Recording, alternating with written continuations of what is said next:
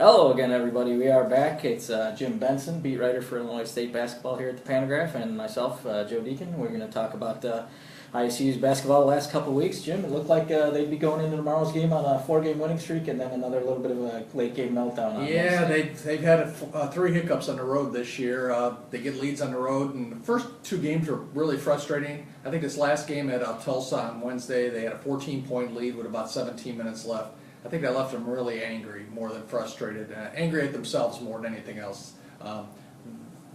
Dan Mullers came out and said right after the game, I think we played not to win and played not to lose. Not to lose instead of win. Thank you. Yeah, it's always hard for me to say that. It's easier to type, but right. And I think that's what happened. You could kind of see that they were just trying to protect the lead instead of trying to expand it, and that's something they need to work on here real fast because the conference season's coming up real soon. Yeah, it's a little bit of a disturbing trend in those 3 losses. They had chances to win all 3 games, and you can't let that happen. I mean, they're literally 3 possessions away from being 7-0. Mm-hmm. I mean, they lost at Murray State the last second shot by them. Against TCU, they lost by 9, but the game was tied with 41 seconds left. Mm-hmm. So they get a defensive stop. There, they could have had a last-second shot to win, and then the other day they thought they had the ball with 35 seconds left for a last-second shot, and then they kind of a traveling call went against them. And it snowballed from there. So, but they still have a chance, even with 3 seconds left, to make a basket to either tie or win the game. So, I mean, they're really razor close, but, I mean, good teams pull out games like that, and right now they're not doing it. Yeah, and you say, though, they played real well against New Mexico in the home game in the conference challenge there.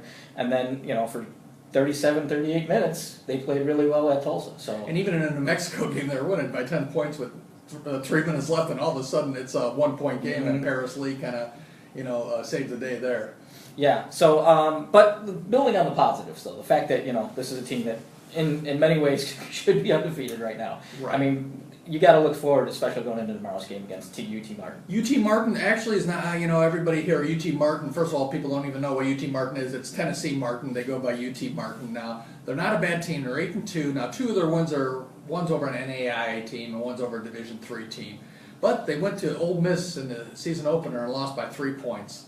And then their other loss is at Kentucky, which, that's not bad. Mm-hmm. So they're a team that likes to score, kind of like a Tulsa team almost in a way. They kind of like to score, and I guess they do a lot of different kind of defenses and all that. So it's a game ISU's going to have to forget about Tulsa real quick and, mm-hmm. and kind of move on. And that's what you have to do in college basketball. You can't let one game linger on. If you do, you're going to have a 2-game losing streak instead of a 1-game losing streak. Yeah, you got to have a short memory, yes, and you just got to move forward and learn from it. That's exactly right. They're having some tough learning lessons here, though. The disturbing thing about it is they have veteran guys who have been through the wars, so to speak.